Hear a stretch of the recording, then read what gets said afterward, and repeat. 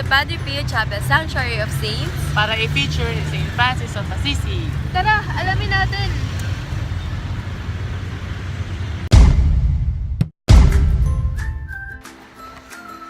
Saint Francis was one of the most famous saints in church history.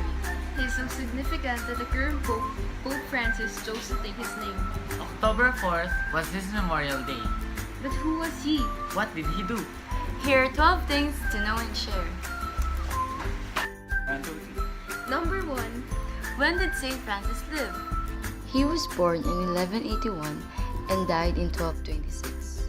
He thus lived to be only 44 years old, and he lived in Assisi, Italy. Ang bata pala niya, namatay siya, no? Oo nga eh, pero kaya pala Saint Francis of Assisi kasi sa Assisi, Italy siya nakatira dati. Number 2. How did he get the name Francis? Paano nga ba? He was born Giovanni di Bernardone, but in his infancy his father called him after the people of France as Francesco, meaning Frenchman. Giovanni de Bernardone. Taray! Number 3. What was Saint Francis' early life like? His family was well-to-do, given that his father was a wealthy silk merchant. Francis was not very studious, and his literary education remained incomplete. Although associated with his father in trade, he showed little liking for a merchant's career, and his parents seemed to have indulged in his every whim. By the age of 14, he had left school and become known as a rebellious teenager who frequently drank, partied, and broke the city curfew. He was also known for his charm and vanity. No one loved pleasure more than Francis. He had a ready wit, sang merrily, delighted in fine clothes and showy display. Handsome, gallant, and courteous, he soon became the prime favorite among the young nobles of Assisi. But even at this time, Francis showed an instinctive sympathy with the poor, and though he spent money lavishly, he gave for the poor always. Party boy naman pala si St. Francis, parang ikaw. Ano ako party boy? Merely a boy. Pero alam mo, at least hindi niya nakakalimutan yung mga mahihirap eh. At least nakapagbigay pa rin siya. True. Kaya mo din yun. Malay mo. Number 4. Did he fight in the military? Ha? Totoo ba? Hindi ko sure. At around the age of 19, before his conversion, he joined the military and fought in a war against a nearby city. He was even taken as a prisoner and held for a year, but he was eventually released unharmed. Party boy na. Military pa. Ano? Kaya kayo paglaban. Buti pa siya, kaya ako ipaglaban. Sorry. Okay. Number 5. How did his life change? Not long after the war, and he returned to Assisi, while Francis was praying before an ancient crucifix in the forsaken wayside chapel of St. Damian's below the town, he heard a voice saying, "Go, Francis, and repair my house, which as you see is falling into the ruin." He considered that as a call of God to help the poor, so he immediately went to his father's shop and bundled loads of things that would help restore St. Damian's. Biruin mo yun, habang nag-pray siya, tapos may nagsalitaan sa crucifix. Siyempre magbabago yung buhay mo doon. Malay mo. Sa'yo yun. Cyrus! Cyrus! Bago ka na.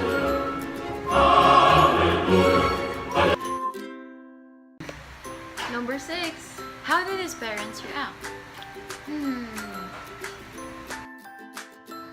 Francis's father didn't like what Francis did, and in fear of his father, he hid himself in a cave near the St. Damian's for a whole month. Eventually, he ran out of resources, and when he returned to town, he was dragged home by his father, beaten, bounded, and locked in a dark closet. Luckily, when his father wasn't around, her mother freed him, and Francis immediately went to St. Damian's and was sheltered by the officiating priest. Because of this, his father never gave Francis his inheritance. And after that, Eventually, when he was taken before the bishop, Francis stripped himself of the very clothes he wore and gave them to his father, saying, "Here therefore I have called you my Father on earth. Henceforth I desire only to say, Our Father who art in heaven." Go, Francis! Laban ka lang.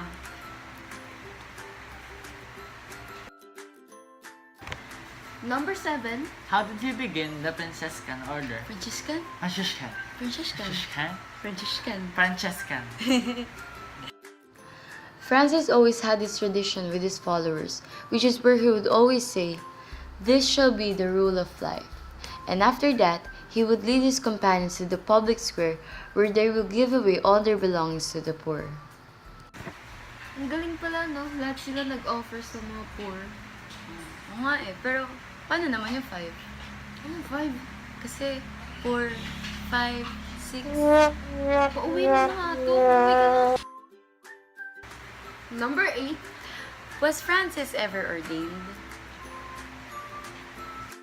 Yes, he was ordained a deacon, but not a priest.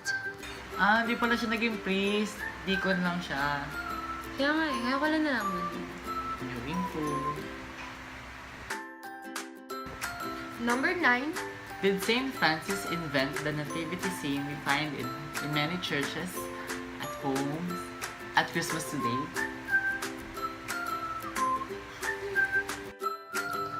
It was during the Christmas time of the year 1223 that Saint Francis conceived the idea of celebrating the Nativity in a new manner by reproducing in a church a gretio, meaning in Latin the crib or a manger of Bethlehem, and he has thus come to be regarded as having inaugurated the population devotion of the crib.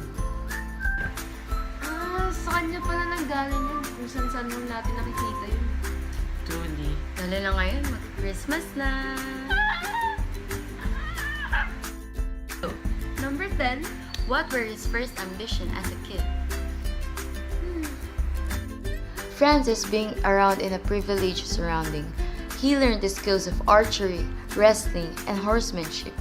He was expected to follow his father into the family textile business, but was bored by the prospect of life in the cloth trade. Instead of planning a future as a merchant, he began daydreaming of a future as a knight. Knights were medieval action heroes, and if Francis has any ambition, it was to be a hero like them. Uy, nice! Alam mo yun? Gabi. Layas ka na! Layas ka na!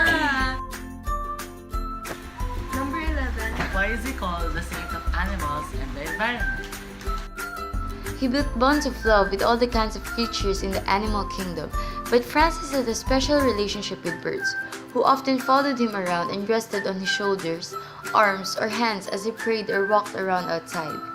Birds often symbolize spiritual freedom and growth, so some believers think that the miracle of the birds listening intently to Francis's message was sent by God to encourage Francis and his fellow monks to continue their work preaching the gospel message of Jesus Christ, which focuses on how people can become spiritually free and grow closer to God. Tweet. Tweet, tweet, tweet, tweet, tweet, tweet, tweet. And number 12. What was his legacy? What? Today, Francis has a lasting resonance with millions of followers across the globe.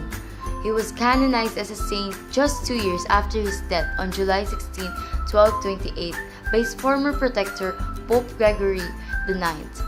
Today, Saint Francis is a patron saint for ecologists, a title honoring his boundless love for animals and nature. In 2013, Cardinal George Mario Bergoglio chose to honor Saint Francis by taking his name, becoming Pope Francis. It's clap our hands for St. Francis! And that was 12 things to share and know about St. Francis. See you next time. Bye! Next, lakbay Basko!